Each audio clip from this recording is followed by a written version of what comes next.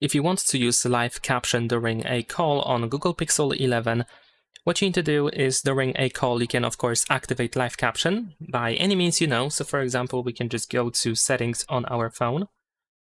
There we go. In here, we should be able to proceed to sound and vibration. And then here we have the live caption, which we can easily turn on. And then we can go back to the call. And this is how it looks like. You can actually adjust this window. We can move it up and down a little bit. And besides that, the live caption can also be activated by using either volume button. So usually it is used during a call at least to open the caller volume level. But we can tap here on this icon to actually toggle it, just like that. So we can easily enable and disable the live caption.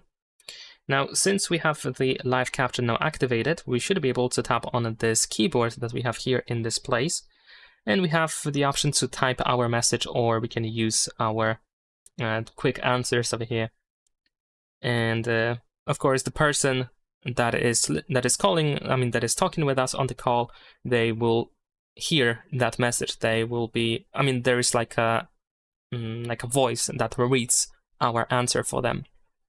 And that is pretty much it. Leave a like and subscribe.